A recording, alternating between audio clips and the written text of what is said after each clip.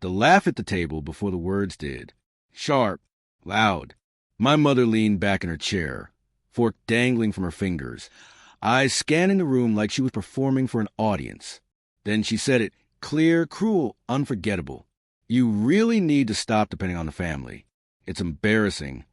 The room froze. Plates stopped clinking. My cousins stared at their food. And in that exact moment, something inside me snapped, not loudly, not dramatically, but so completely that I knew my life had just split into a before and an after. I didn't argue. I didn't cry. I smiled. That seemed to confuse her more than tears ever could. This family lunch was supposed to be simple.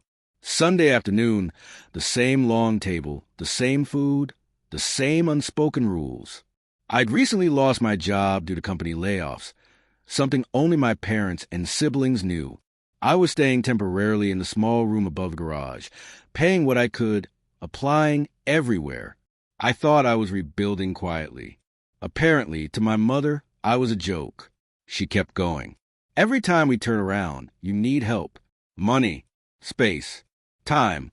When are you going to grow up? Each word landed like a calculated strike. No one defended me. Not my dad. Not my siblings. Silence can be louder than shouting.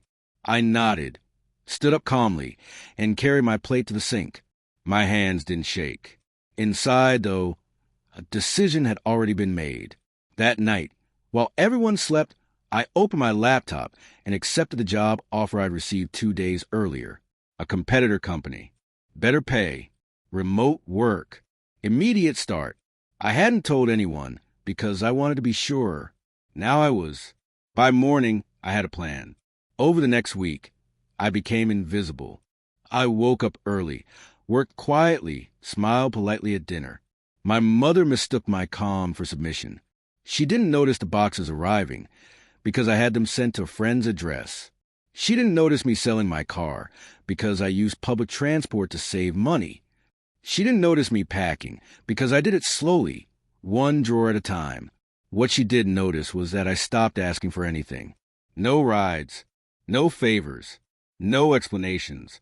The day I left, the family was out at another lunch, one I hadn't been invited to.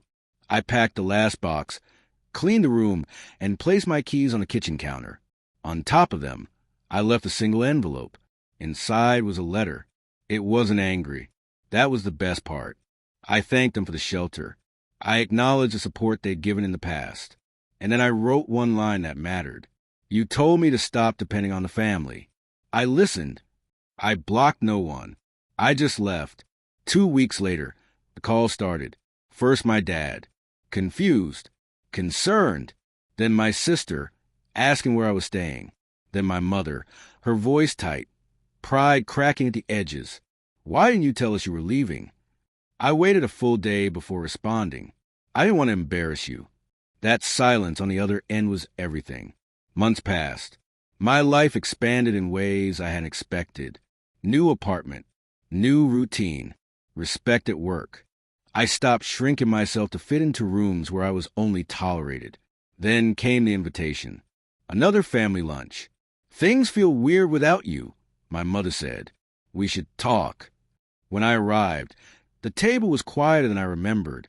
No jokes, no performances. My mother didn't mock anyone. She asked questions. She listened. When someone mentioned my job, she smiled tightly and said, "We're proud of you." I believed her. But I didn't forget. Revenge doesn't always look like shouting or walking out mid-meal. Sometimes it's silence. Sometimes it's success. Sometimes it's leaving so cleanly that the people who underestimated you are forced to sit with the empty chair you left behind. I didn't come back to prove anything. I came back because I no longer needed their approval. And that was the part they never saw coming.